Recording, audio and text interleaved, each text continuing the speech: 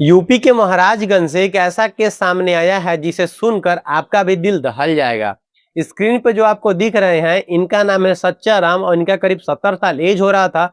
और इनके दो बेटे होते हैं और एक जो बड़ी बहू होती है उसका नाम है शोभा गुप्ता, वो पारा टीचर होती है। इनके घर में विवाद हुआ करता था जमीन को लेकर। जो शोभा गुप्ता होती हैं वो सोच रही थी कि अपने ससुर से सारा जमीन अपने नाम करवा ले। जो छोटी बहू थी वो सोच रहे थे कि जमीन का 50-50 बंटवारा हो जाए। और जो सच्चा राम होते हैं वो भी सोच रहे थे कि दो मेरे बेटे हैं, दोनों में आधा आधा जमीन का बंटवारा हो जाए। प्लानिंग किया जाता है कि ससुर को कैसे अपने बस में मोहित किया जाए या रास्ते से हटाकर कैसे भी कर कर जमीन सारा अपने नाम कर ले और जो मेरा छोटी बहू है उसके नाम बिल्कुल भी ना हो।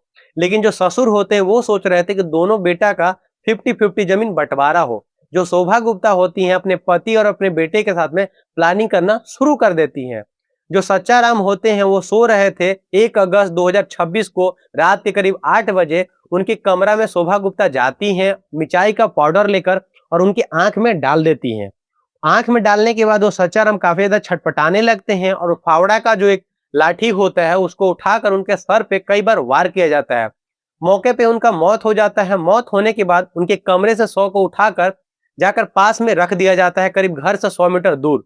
और रख कर सुबह जाकर थाने में जो शोभा गुप्ता टीचर होती हैं पुलिस को इन्फॉर्म करती हैं कि मेरे ससुर को किसी ने मार दिया है। मौके पे पुलिस आ जाती है और उस घटना के बारे में जानकारी लेना शुरू कर देती है। उनकी जो छोटी बहू होती है वो सारा आरोप अपनी बड़ी गोतनी के ऊपर लगा देती हैं, शोभा गुप्ता के ऊपर, कि मेरे ससुर का कातिल यही है।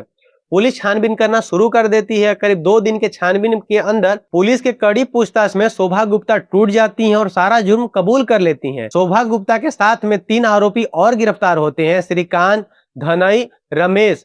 और ये चारों लोग गिरफ्तार हो जाते हैं, चारों जुर्म कबूल कर लेते हैं। क्या शोभा अपने ससुर के साथ में सही की या गलत, अपनी विचार कमेंट बॉक्स के अंदर जरूर से बताइएगा और इस वीडियो को शेयर कर दीजिएगा ताकि सच्चा राम को इंसाफ मिल सके।